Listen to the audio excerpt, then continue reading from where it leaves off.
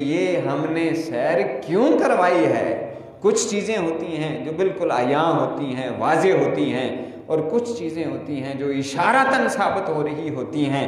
यहाँ पर जो अल्लाह रब्बुल इज़्ज़त ने बिल्कुल वाशगाफ अल्फाज के अंदर, वाज़े लफ्ज़ों के अंदर बयान किया, वो फरमाया अल्लज़ी बारकना हौलहू, कि जिसका इर्द गिर्द हमने बायसे बरकत बनाया हुआ है। और ये सैर इसलिए करवाई ले नुरियाहु मिन आयातिना, ताकि हम अपने प्यारे बंदे और हबीब को अपनी निशानियों में से कुछ निशानियां जो हैं वो दिखाएं। तो अल्लाह रब्बुल इज़्ज़त ने मुख्तलिफ़ किस्म की निशानियां दिखाई, जन्नत का नज़ारा भी किया, मुख्तलिफ़ पैगंबरों के साथ मुलाकातें भी हुई। पहले आसमान पर सैयदना आदम अलैहिस्सलातु वस्सलाम से मुलाकात हुई, उनसे दुआएं ली। दूसरे आसमान पर हज़रत ईसा अलैहिस्सलातु वस्सलाम और हज़रत याहया अलैहिस्सलातु वस्सलाम से मुलाकात हुई, उनसे भी दुआएं ली। तीसरे आसमान पर हज़रत यूसुफ़ अलैहिस्सलातु वस्सलाम से, चौथे आसमान पर हज़रत इदरीस अलैहिस्सलातु वस्सलाम से मुलाकात हुई, उनसे भी दुआएं ली। और पाँचवें आसमान पर अल्लाह रब्बुल इज़्ज़त के प्यारे पैगंबर हज़रत हारून अलैहिस्सलातु वस्सलाम से मुलाकात हुई। छठे आसमान पर हज़रत मूसा अलैहिस्सलातु वस्सलाम, जलीलुल कदर रसूलों और पैगंबरों में से हज़रत मूसा अलैहिस्सलातु वस्सलाम से मुलाकात हुई।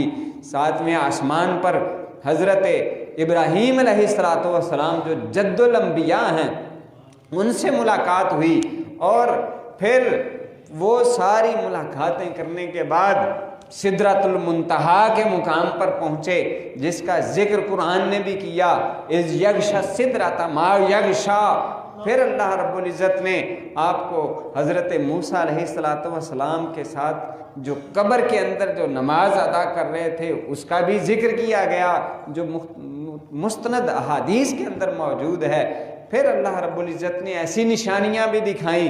नबी पाक सल्लल्लाहु अलैहि वसल्लम फरमाते हैं कि मैंने जन्नत में झांक कर देखा, वहाँ कसरत के साथ फुकारा को पाया, यानी फ़कीर फुकारा जो गरीब हैं, गुराबा हैं, उनको कसरत के साथ मैंने जन्नत के अंदर देखा। और फरमाया कि मैंने जहन्नम के अंदर कसरत के साथ औरतों को पाया, औरतों को देखा। फिर नबी पाक सल्लल्लाहु अलैहि वसल्लम ने इसका जिक्र भी किया कि मैंने एक ऐसी कौम भी देखी कि जिनके नाखून जो थे वो तांबे के थे। ये अहादीस के अंदर सही अहादीस, बुखारी, मुस्लिम, सुनन नबी दाऊद, सियासत्ता की किताबों के अंदर जो रिवायात की गई हैं, उन अहादीस के अंदर ये नबी पाक सल्लल्लाहु अलैहि वसल्लम ने बयान फरमाया कि मैं ऐसी कौम के पास से गुजरा कि जिनके नाखून तांबे के थे और वो उसके साथ अपने चेहरों को नोच रहे थे। मैंने पूछा कि ये किन लोगों का ये हाल है, तो नबी पाक सल्लल्लाहु अलैहि वसल्लम को बताया गया कि ये वो लोग हैं कि जो गीबत करते हैं, जो चुगली खाते हैं, लोगों को मतलब लोगों का गोश्त खाते हैं, इनका ये हश्र हो रहा है।